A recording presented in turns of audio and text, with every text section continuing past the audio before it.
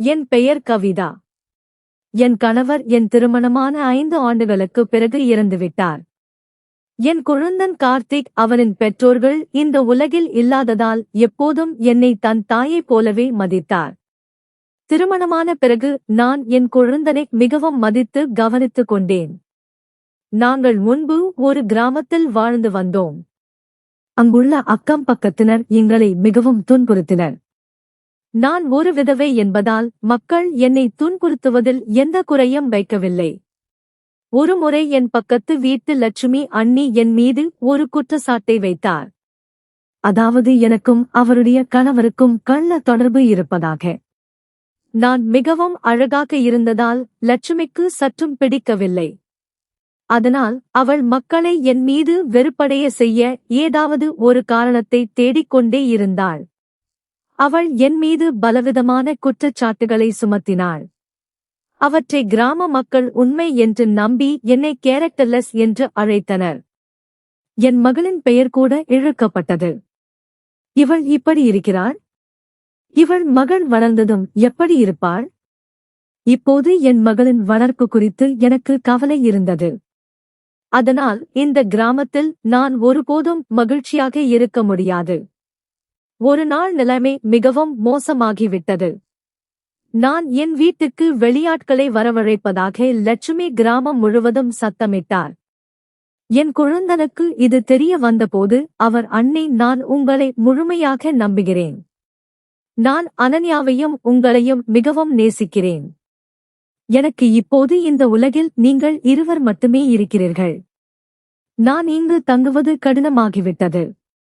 எல்லோரும் உங்களை மோசமான பார்வையுடன் பார்க்கிறார்கள். எல்லோரும் என்னையும் ஏதாவது ஒரு விஷயத்தில் அவமானப்படுத்திக் கொண்டே இருக்கிறார்கள்.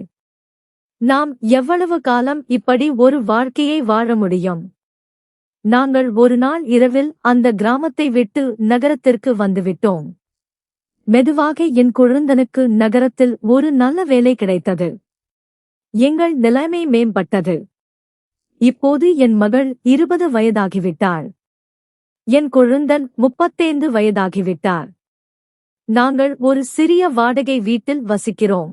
சிறுவயதிலிருந்தே என் மகள் தன் சித்தப்பாவை தவிர வேறு யாரையும் பார்த்ததில்லை.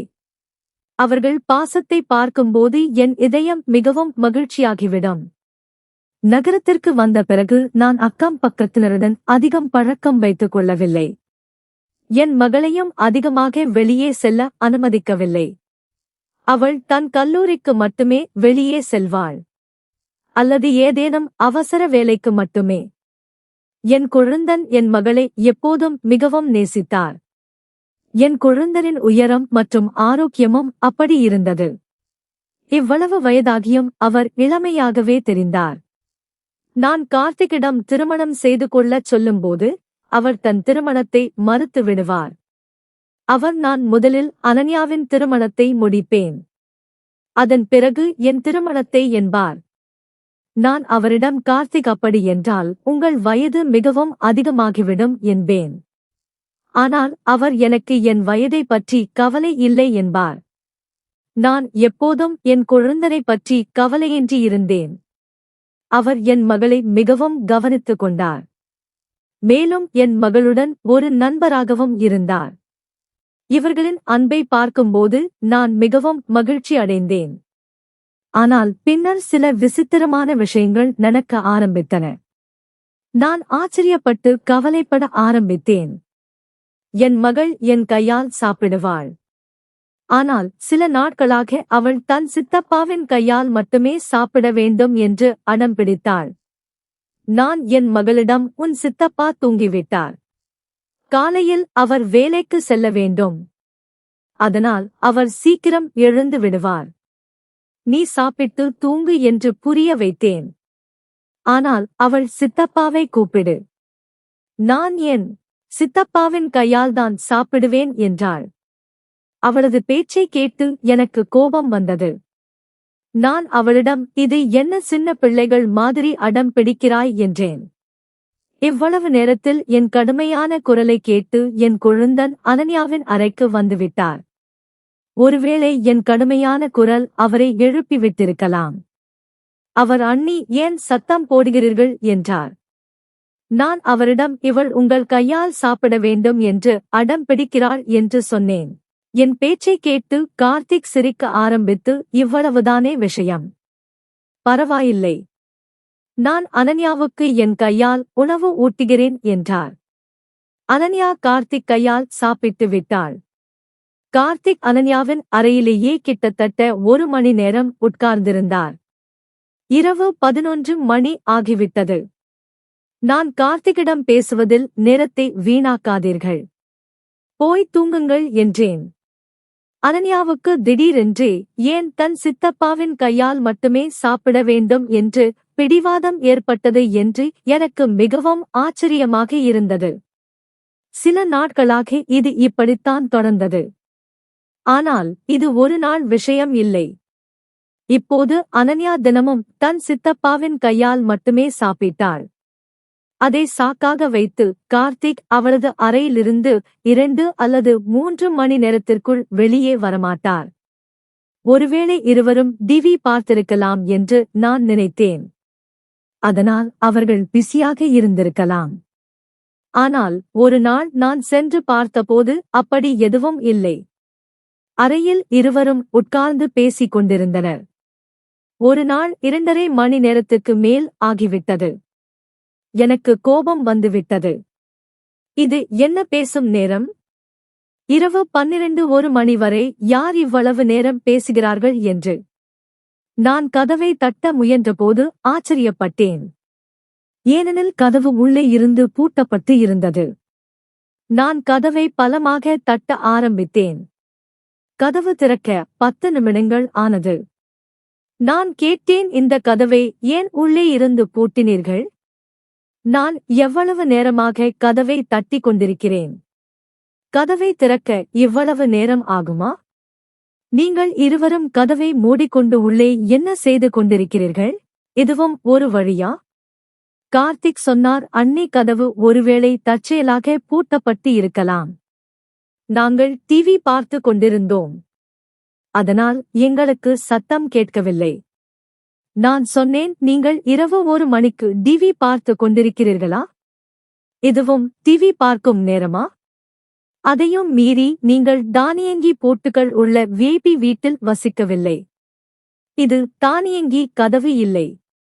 தானாக பூட்டிக்கொள்ள நான் என் குழந்தனிடம் போய் உங்கள் அறைக்கு சென்று தூங்குங்கள். இனிமேல் இப்படி செய்யாதீர்கள் என்றேன். என் மகளையும் கடிந்து கொண்டேன். இப்போது அவளுக்கு திருமண வயது வந்துவிட்டது. அவள் எந்த தவறான காரியத்திலும் சிக்கிக்கொள்ளக் கூடாது என்று நான் விரும்பினேன். அதனால்தான் நான் அவளுக்கு விரைவில் திருமணம் செய்ய விரும்பினேன். நான் ஒரு உறவுக்காரரிடம் பேசியிருந்தேன்.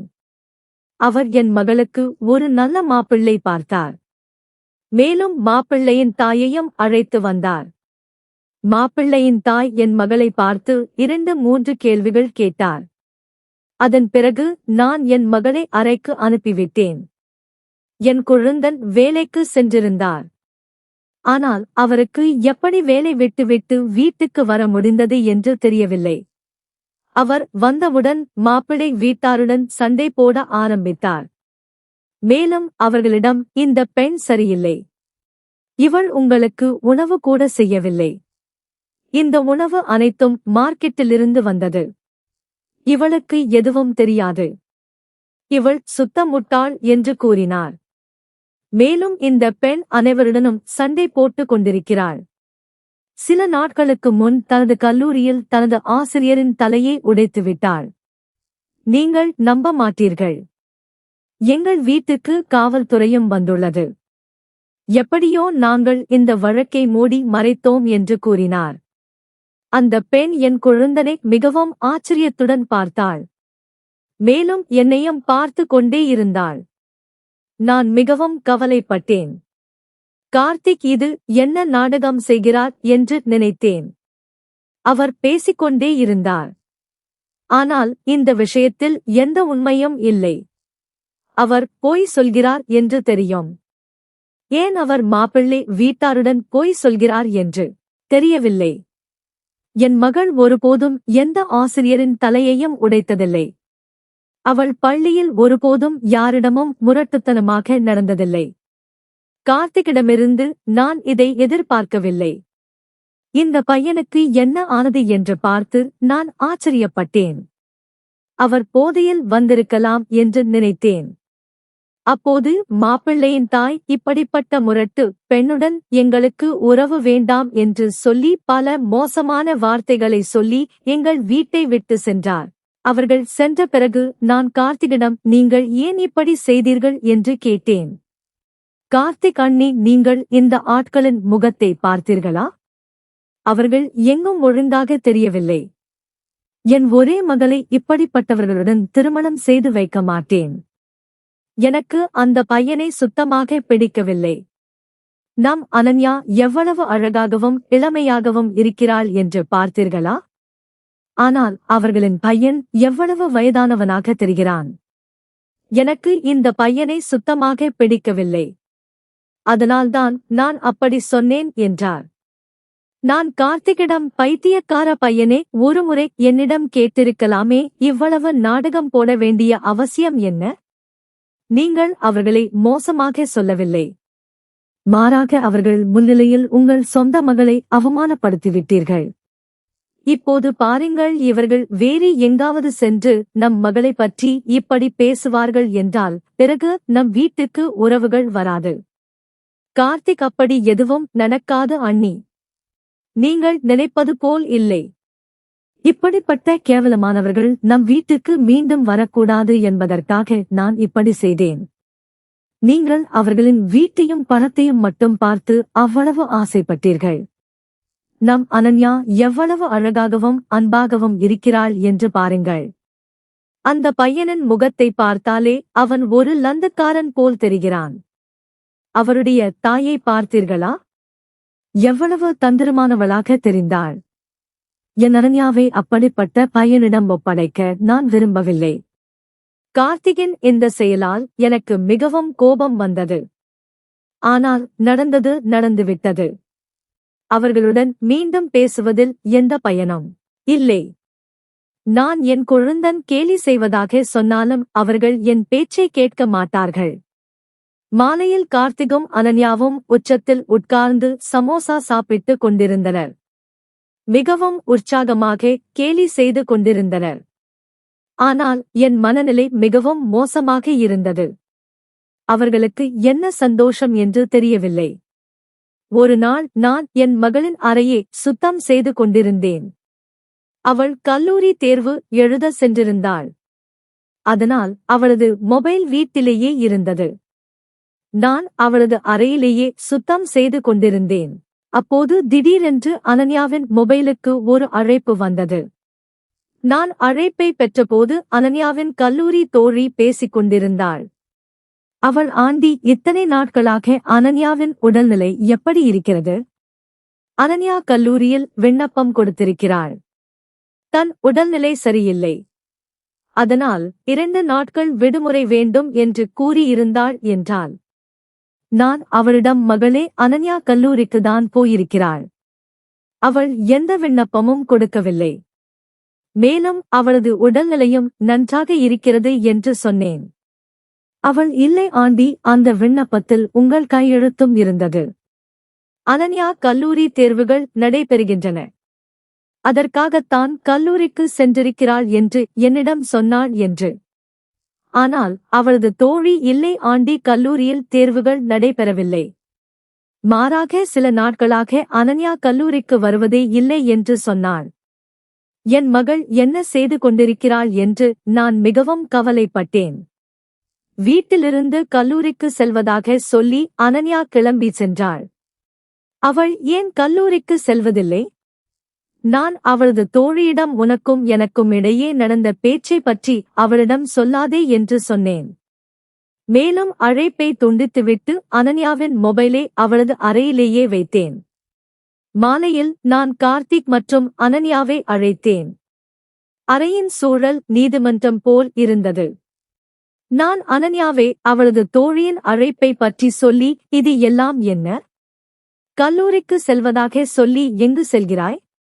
உன் தோழி சுமார் 5 நாட்களாக நீ கல்லூரிக்கு வரவில்லை என்றும் நீ விண்ணப்பமும் கொடுத்திருக்கிறாய் என்றும் அதில் என் போலி கையெழுத்திட்டுள்ளாய் என்றும் கூறினாள்.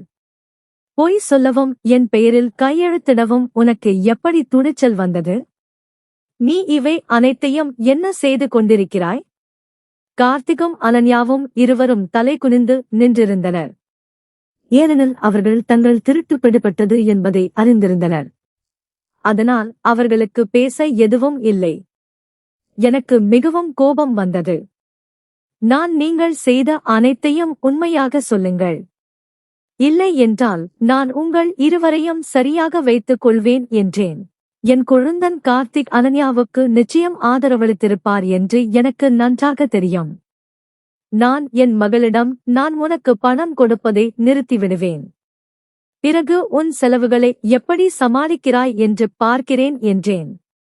அப்போது திடீரென்று அனன்யா அம்மா நான் சில நாட்கள் விடுமுறை எடுத்திருந்தேன். என் நண்பர்களுடன் திரைப்படம் பார்க்க செல்வேன். சித்தப்பாவின் அனுமதி பெற்ற பிறகு நாங்கள் எல்லா பெண்களும் ஒன்றாக பூங்காவிற்கும் செல்வோம் என்றாள். நான் உனக்கு பூங்கா செல்லவும் திரைப்படம் பார்க்கவும் ஞாயிற்றுக்கிழமை கிடைக்காதா என்று கேட்டேன். கார்த்திக் அண்ணி எனக்கு திரைப்படம் பார்க்க ஆசையாக இருந்தது. அதனால் நான் அனன்யாவை கல்லூரிக்கு விடுமுறை எடுக்க சொன்னேன். உங்களிடம் போய் சொல்லவும் சொன்னேன் என்றார். நான் கார்த்திக் நீங்கள் என்ன செய்து கொண்டிருக்கிறீர்கள் என்றேன். அவர் அண்ணி என்னை மன்னிக்கவும் நான் உங்களிடம் மன்னிப்பு கேட்கிறேன். அனன்யாவையும் மன்னியுங்கள். இதில் அவளது தவறு எதுவும் இல்லை. எனக்கு ஆசையாக இருந்ததால் நான் அனன்யாவை கல்லூரிக்கு விடுமுறை எடுக்க சொன்னேன். நாங்கள் ஒரு நாள் திரைப்படம் பார்க்க சென்றோம். ஒரு நாள் பூங்காவுக்கு சென்றோம் என்றார். இவர்களின் நடத்தை எனக்கு சற்றும் புரியவில்லை. இவர்கள் என்ன செய்து கொண்டிருக்கிறார்கள் என்று தெரியவில்லை. வீட்டிலும் என் குழந்தனும் என் மகளும் இப்படி விசித்திரமாக நடந்து கொண்டார்கள். நான் இப்போது இவர்கள் இருவரையும் கூர்மையாக கண்காணிக்க தொடங்கினேன். இவர்கள் இருவரும் வீட்டில் மிகவும் குதூகலமாக சிரித்து பேசத் தொடங்கின. சில சமயங்களில் 2 மணி நேரம் உட்கார்ந்து பேசிக் கொண்டிருந்தனர். இவர்கள் பாசம் கொஞ்சம் அதிகமாகிவிட்டது. இவர்கள் இருவருக்கும் ஒருவரை ஒருவர் தவிர வேறு யாரும் தெரியவில்லை. இதற்கிடையில் நான் அனன்யாவுக்கு இன்னொரு மாப்பிள்ளையை பார்க்க தொடங்கினேன். என் குழந்தனிடம் மாப்பிள்ளையில் ஏதேனும் குறை இருந்தால் என்னிடம் சொல்லுங்கள். மக்கள் முன் நாடகம் போட வேண்டிய அவசியம் இல்லை. ஏனெனில் இப்படி செய்வதால் உங்கள் சொந்த மகளுக்கு அவமானம் ஏற்படும். மேலும் இப்படி செய்தால் உங்கள் மகளுக்கு வரன்கள் வருவது நின்றுவிடும் என்று சொன்னேன். இதை கேட்டவுடன் என் குழந்தன் மிகவும் விசித்திரமான ஒன்றை கூறினார். அவர் என் அனன்யாவுக்கு வரன்களுக்கு குறைவில்லை என்றார். நான் என் குழந்தனையும் என் மகளையும் பார்த்து மிகவும் கவலைப்பட்டேன். அவர்கள் என்ன செய்கிறார்கள், தங்கள் மனதில் என்ன நினைக்கிறார்கள் என்று தெரியவில்லை. இது நான் என் குழந்தனுக்கும் என் மகளுக்கும் கொஞ்சம் அதிகமாகவே சுதந்திரம் கொடுத்ததால் நடந்தது.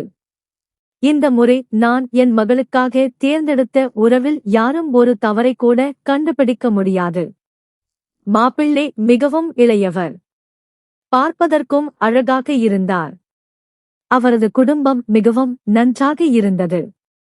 பணக்கார குடும்பத்தை சேர்ந்தவர். அவரது பெற்றோர்கள் வங்கியில் பணி புரிந்தனர். மாப்பிள்ளை அழகாகவும் பெண்மையாகவும் இருந்தான். என் மகளை விட வயதில் பெரியவனும் இல்லை. மாறாக அவளது வயது ஒத்தவனாகவே இருப்பான். மாப்பிள்ளை வீட்டுக்கு என் மகளையும் பிடித்திருந்தது. ஏனெனில் என் மகள் அனன்யா மிகவும் அழகாக இருந்தாள். நான் என் குழந்தனை பார்த்தபோது இப்போது அவரால் எந்த தவறும் கண்டுபிடிக்க முடியாது என்று நினைத்தேன். கார்த்திக் மிகவும் கவலைப்பட்டார். மாப்பிள்ளை வீட்டார்கள் உங்கள் மகளை எங்களுக்கு மிகவும் பிடித்துள்ளது. நாங்கள் விரைவில் நிச்சயதார்த்தம் செய்ய விரும்புகிறோம். விரைவில் திருமணம் செய்து உங்கள் மகளை எங்கள் வீட்டுக்கு அழைத்துச் செல்ல விரும்புகிறோம் என்று கூறினர். இந்த வார்த்தைகளை கேட்டு எனக்கு மிகவும் மகிழ்ச்சியாக இருந்தது. அவர்களின் இந்த வார்த்தைகள் எனக்கு மிகவும் பிடித்திருந்தது. அவர்கள் இப்போது நாங்கள் உங்கள் வீட்டுக்கு வந்துவிட்டோம். ஒருமுறை நீங்கள் எங்கள் வீட்டுக்கு வந்து எல்லா தகவல்களையும் தெரிந்து கொள்ளுங்கள். அதன் பிறகு அனைத்தும் பேசி முடிவு செய்யப்படும். திருமண தேதியும் நிர்ணயிக்கப்படும் என்று கூறினர். ஒரு விஷயம் எனக்கு மிகவும் பிடித்திருந்தது. அவர்கள் உடனடியாக எங்களை தங்கள் வீட்டுக்கு வருமாறு அழைத்திருந்தனர். நாங்கள் 2 நாட்களுக்குப் பிறகு உங்கள் வீட்டுக்கு வருகிறோம் என்று கூறிவிட்டேன். அவர்கள் எங்கள் வீட்டை விட்டு சென்றவுடன் என் குழந்தன் நாம் இங்கு உறவு கொள்ள மாட்டோம் என்றார். நான் கார்த்திகை ஆச்சரியத்துடன் பார்த்தேன். அவர் என் மகளின் திருமணம் நடக்க விரும்பாதவர் போல தெரிந்தார். நான் ஏன் செய்ய மாட்டீர்கள்? இந்த உறவில் என்ன குறை என்று கேட்டேன். நான் இப்படிப்பட்ட உறவுகள் அதிர்ஷ்டசாலிகளுக்கு மட்டுமே கிடைக்கும். இவ்வளவு படித்த உறவு நான் என் மகளை இங்கு திருமணம் செய்ய தயாராகிவிட்டேன். உங்கள் அனன்யாவின் அதிர்ஷ்டம் பிரகாசித்து விட்டது என்று கடவுளுக்கு நன்றி சொல்லுங்கள். இந்த குடும்பத்தில்தான் திருமணம் செய்து வைப்பேன். அதுவும் விரைவில் செய்து முடிப்பேன். இந்த உறவு நம் கையை விட்டு போகாமல் இருக்கட்டும். அவர்கள் மிகவும் பணக்காரர்களும் படித்தவர்களும், மேலும் தங்கள் வீட்டு மருமகள்களுக்கும் மகள்களுக்கும் எந்த கட்டுப்பாடுகளையும் விதிப்பதில்லை. அவர்களின் இந்த விஷயம் எனக்கு மிகவும் பிடித்திருந்தது. அதாவது 2 நாட்களுக்குப் பிறகு உங்கள் மகளையும் உங்களுடன் எங்கள் வீட்டுக்கு அழைத்து வாருங்கள் என்று அவர்கள் சொன்னது. 2 குழந்தைகளும் ஒன்றாக அமர்ந்து பேசிக் கொள்ளட்டும். ஏனெனில் அவர்கள் தங்கள் வாழ்க்கையை ஒன்றாக கழிக்க வேண்டும். அதனால் அவர்கள் பேசுவது மிகவும் முக்கியம். அவர்களின் இந்த நடத்தை எனக்கு மிகவும் பிடித்திருந்தது. ஏனென்றால் மணப்பெண்ணையும் மணமகனையும் திருமணம் செய்வதற்கு முன் பேச அனுமதிக்கும் மக்கள் மிக குறைவு. நான் என் குழந்தனிடமும் என் மகளிடமும் இருவரிடமும் திருமணம் அங்கேயேதான் நடக்கும் என்று சொல்லிவிட்டேன். இருவரும் என் எந்த வார்த்தைகளுக்கு அமைதியாக இருந்தனர். நான் அவர்களின் இந்த அமைதியை சம்மதமாக கருதினேன். ஏனெனில் அமைதிக்கு அதுதான் அர்த்தம். நான் மாப்பிள்ளை வீட்டாருடைய வீட்டுக்கு செல்ல தயாராகி கொண்டிருந்தேன். அனன்யாவுக்காக ஒரு நல்ல உடையையும் எடுத்திருந்தேன். நானும் நன்றாக தயாராகிக் கொண்டேன். ஆனால் 2 நாட்களுக்குப் பிறகு அவர்கள் வீட்டுக்கு செல்ல கிளம்ப வேண்டியிருந்தபோது வீட்டில் கார்த்திகும் இல்லை, அனன்யாவும் இல்லை. இருவரும் மாப்பிள்ளை வீட்டாருடைய குடும்பத்திற்காக பரிசுகள் வாங்க செல்கிறோம் என்று சொல்லிவிட்டு சென்றிருந்தனர். ஏனெனில் வெறும் கையுடன் செல்வது நன்றாக இருக்காது. ஆனால் அவர்கள் இருவரும் கடைக்கு சென்று 2-3 மணி நேரம் ஆகிவிட்டிருந்தது. இன்னும் வீட்டுக்கு திரும்பவில்லை. அவர்கள் எங்களை மதிய உணவுக்கு அழைத்திருந்தனர். மதியம் 3 மணி ஆகிவிட்டது. சாப்பாட்டு நேரம் கடந்து போய்க் கொண்டிருந்தது. நாம் தாமதமாக சென்றால் அவர்கள் என்ன நினைப்பார்கள்? இது நம் மரியாதைக்குரிய விஷயம். நான் கார்த்திகுக்கு போன் செய்தேன். அவர் போனை எடுக்கவே இல்லை. சிறிது நேரம் கழித்து எப்போதாவது போன் எடுத்தால் நாங்கள் வருகிறோம், வழியில் இருக்கிறோம், போக்குவரத்து நெரிசல் இருப்பதால் தாமதமாகிறது என்பார். ஆனால் சிறிது நேரம் கழித்து என் குழந்தன் தன் மொபைலை அணைத்து விட்டார். என் மகளின் எண்ணம் அணைக்கப்பட்டு இருந்தது. நான் இருவரின் எண்ணையும் திரும்ப முயற்சி செய்து கொண்டிருந்தேன். மிகவும் கவலைப்பட்டேன். இருவரின் எண்ணம் அணைக்கப்பட்டு இருந்தது. மாலை 4 மணி ஆகிவிட்டது. என் குழந்தனும் மகளும் இன்னும் வரவில்லை. மாப்பிள்ளை வீட்டார்கள் திரும்ப அழைத்துக் கொண்டிருந்தார்கள். நீங்கள் வரவில்லையா? நான் அவர்களுக்கு ஏதாவது ஒரு காரணம் சொல்லி கொஞ்ச நேரத்தில் வந்துவிடுகிறோம் என்பேன். அவர்கள் முன் நான் மிகவும் வெட்கப்பட வேண்டியது இருந்தது. நானே செல்லலாம் என்று நினைத்தேன். ஆனால் அவர்கள் என்னிடம் உங்கள் மகளும் குழந்தனும் எங்கே? அவர்கள் வரவில்லையா என்று கேட்டால் நான் என்ன பதில் சொல்வேன்? இப்போது மாலை 6 மணி ஆகிவிட்டது. நான் என் போனை அணைத்து விட்டேன். ஏனென்றால் அவர்களின் கேள்விகளுக்கு பதிலளிக்க எனக்கு தைரியம் இல்லை. இரவு 8 மணி ஆனபோது சித்தப்பாவும் மகளும் சிரித்துக்கொண்டே வீட்டிற்குள் நுழைந்தனர். நான் வாசலில் நிற்பதை பார்த்து அவர்களின் முகத்தில் புன்னகை மறைந்தது. நீங்கள் இருவரும் சென்று 8 மணி நேரம் ஆகிவிட்டது. கடைசியில் இவ்வளவு நேரம் பரிசுகளை வாங்கிக் கொண்டிருந்தீர்களா என்று கேட்டேன். என் கொழுந்தன் ஏதோ சொல்ல வந்தபோது நான் என் கொழுந்தனின் முகத்தில் அறைந்துவிட்டு, இது என்ன முரட்டுத்தனம்? இவ்வளவு நேரம் எங்கு இருந்தீர்கள் என்றேன். முதல் முறையாக நான் என் கொழுந்தன் மீது கை வைத்தேன். ஏனெனில் அவர்தான் என் மகளை கடைக்கு அழைத்துச் சென்றவர். நீங்கள் இருவரும் எனக்கு எவ்வளவு அவமானத்தை ஏற்படுத்தினீர்கள் என்று தெரியுமா என்றேன். என் மகள் அமைதியாக நின்றிருந்தாள். ஆனால் கார்த்திக் அண்ணி, என் பேச்சை கவனமாக கேளுங்கள். அந்த வீட்டில் என் அனன்யாவை நான் திருமணம் செய்ய மாட்டேன் என்றார். என்ன பிரச்சனை? எல்லாம் சரியாக இருக்கிறது. வீடு, குடும்பம், பையன், அவனுடைய பெற்றோர்கள், அவனுடைய வேலை. இப்போது உங்களுக்கு என்ன பிரச்சனை? இப்போது என்ன குறை கண்டுபிடிக்கப் போகிறீர்கள்? அதற்கு கார்த்திக், இந்த பையன் எவ்வளவு நல்லவனாக இருந்தாலும் நான் என் மகளை இவனுடன் திருமணம் செய்ய மாட்டேன். அனன்யாவுக்கு யாரையும் திருமணம் செய்ய மாட்டேன் என்று சொல்லிவிட்டு இருவரும் வீட்டிற்குள் சென்று தங்கள் அறைகளில் அடைத்துக் கொண்டனர். என் கொழுந்தன் ஒருபோதும் என்னிடம் உயர்ந்த குரலில் பேசியதில்லை. என் விருப்பத்திற்கு எதிராக சென்றதில்லை. பிறகு இன்று அவருக்கு என்ன ஆனது? நான் இரவு முழுவதும் விழித்திருந்தேன். கவலைப்பட்டேன். கார்த்திக் என் மகளின் அறையில் இரவு முழுவதும் உட்கார்ந்ததில்லை என்பதையும் நான் பார்த்தேன். இவர்கள் என்ன சதி செய்கிறார்கள் என்று தெரியவில்லை. ஒரு நாள் நான் அனன்யாவிடம், நீ என் அறைக்கு சென்று தூங்கு. இன்று நான் உன் அறையை சுத்தம் செய்ய வேண்டும் என்றேன். அனன்யா என் அறைக்கு சென்று தூங்கினாள். நான் அனன்யா அணிந்திருந்ததைப் போன்ற ஒரு புடியை அணிந்து கொண்டு அவளது அறைக்கு சென்று படுக்கையில் படுத்தேன். ஆழ்ந்த உறக்கத்தில் இருப்பது போல் நடித்தேன்.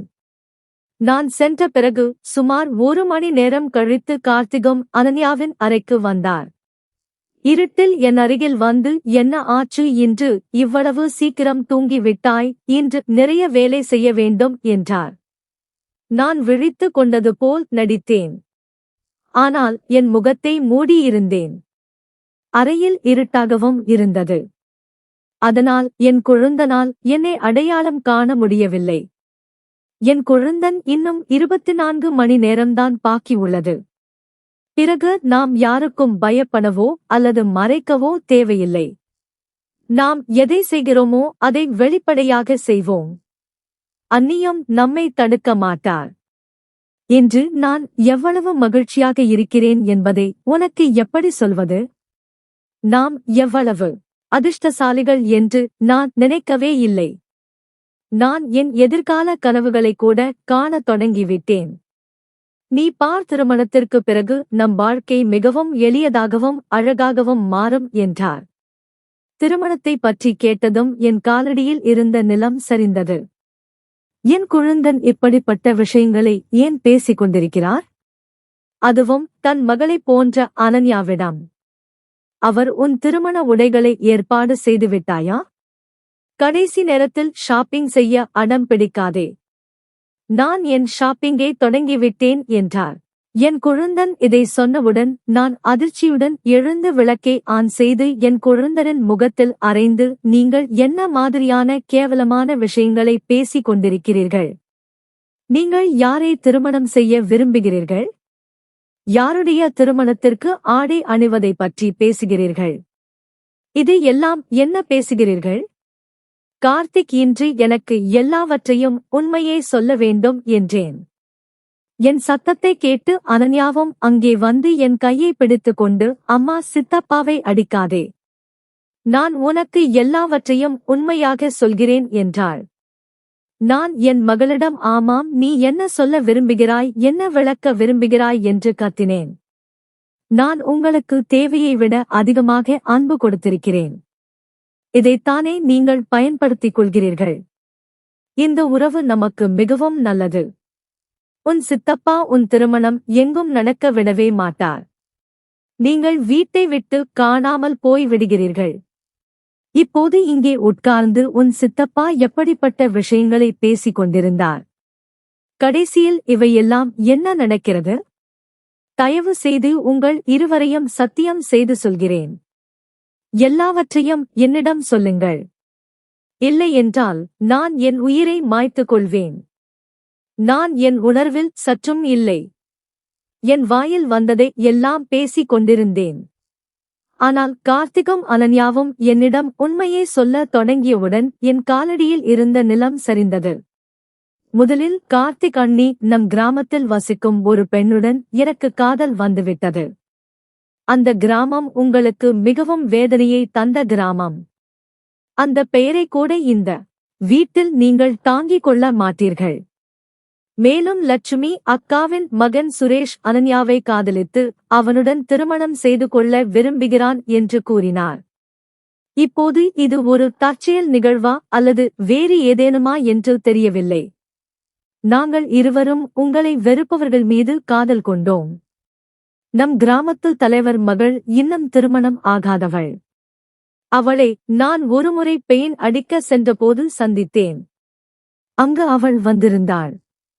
பார்த்த உடனேயே நான் அவளை காதலித்தேன். இப்படித்தான் எங்கள் காதல் மிகவும் ஆழமான காதலாக மாறியது.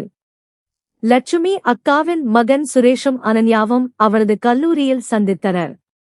இப்படித்தான் இவர்கள் இருவரின் நட்பும் காதலாக மாறியது. நாங்கள் இருவரும் நம் கிராமத்தில் வாழும் மக்களுடன் காதல் கொண்டோம். நீங்கள் யாரை வெறுக்கிறீர்களோ அவர்களுடன். நாங்கள் இதை உங்களுக்கு முன்னரையே சொல்லி இருந்தால் நீங்கள் எங்கள் பேச்சை கேட்டிருக்க மாட்டீர்கள். அதனால்தான் நாங்கள் திருமணம் செய்து கொள்ள முடிவு செய்தோம். இந்த விஷயங்களை பற்றிதான் ஒருவரை ஒருவர் பல மணி நேரம் உட்கார்ந்து பேசிக் கொண்டிருந்தோம். என்ன செய்வது, எப்படி செய்வது என்று என் மற்றும் அனன்யாவின் திருமணத்திற்காக பணத்தை சேகரித்துக் கொண்டிருந்தேன். மேலும் அவர்களுக்கு தெரியும் தங்கள் குடும்பத்தினர் நம் திருமணத்திற்கு ஒருபோதும் சம்மதிக்க மாட்டார்கள் என்று. அதனால்தான் நாங்கள் வீட்டை விட்டு வெளியேறி திருமணம் செய்து கொள்ள முடிவு செய்தோம். அதாவது நீதிமன்ற திருமணம் செய்து கொள்வோம். பிறகு மெதுவாக உங்களுக்கு இந்த விஷயம் தெரிய வரும்போது நீங்கள் எங்களை மன்னிப்பீர்கள். அண்ணி, நாங்கள் எங்கள் காதலுக்கு முன் வலுவற்றவர்கள் ஆகிவிட்டோம் என்றார். அவர் வார்த்தைகளை கேட்டதும் என் எல்லா சந்தோஷங்களையும் அவர்களுக்கு அர்ப்பணித்தேன். அவர்களின் மகிழ்ச்சிக்காக இவ்வளவு சிறிய விஷயத்தை கூட நான் சம்மதிக்க கூடாதா? மேலும் அந்த கிராமம் எனக்கு பெரிய அவமானத்தை கொடுத்தது. ஆனால் இப்போது எல்லாம் சரியாகிவிட்டது. இது பல ஆண்டுகளுக்கு முன் நடந்த விஷயம். அதனால் நான் இந்த விஷயத்தை மறக்க விரும்புகிறேன். நான் கிராமத்திற்கு சென்று கிராம தலைவரின் மகளுக்கு என் குழந்தனின் திருமணத்தை பற்றி கேட்டேன். மறுபுறம் சுரேஷின் பெற்றோர்கள் இறந்துவிட்டனர். ஆனால் அவனுக்கு திருமணமாகாத ஒரு சகோதரி இருந்தாள். அவன் தன் சகோதரியுடன் எங்கள் வீட்டிற்கு வந்தான். அவன் அனன்யாவின் திருமணத்தை பற்றி கேட்டான். பின்னர் ஒரே நாளில் என் மகளை அனுப்பிவிட்டு மறுபுறம் என் குழந்தனின் மனைவியை வீட்டுக்கு அழைத்து வந்தேன். இப்போது அவர்கள் இருவரும் மிகவும் மகிழ்ச்சியாகவும் தங்கள் வாழ்க்கையை நிம்மதியாகவும் வாழ்கிறார்கள். என் மகிழ்ச்சி என் குழந்தனும் என் மகளும்தான். அதனால் நான் பழைய எல்லா விஷயங்களையும் முடித்துவிட்டேன். என் மகள் தன் மாமியார் வீட்டில் மிகவும் மகிழ்ச்சியாக இருக்கிறாள். லட்சுமியின் மகன் லட்சுமியைப் போலவே இல்லை. அவர் மிகவும் நல்லவர், புத்திசாலி. என் குழந்தரின் மனைவி கூட மிகவும் நல்லவன். நன்றி.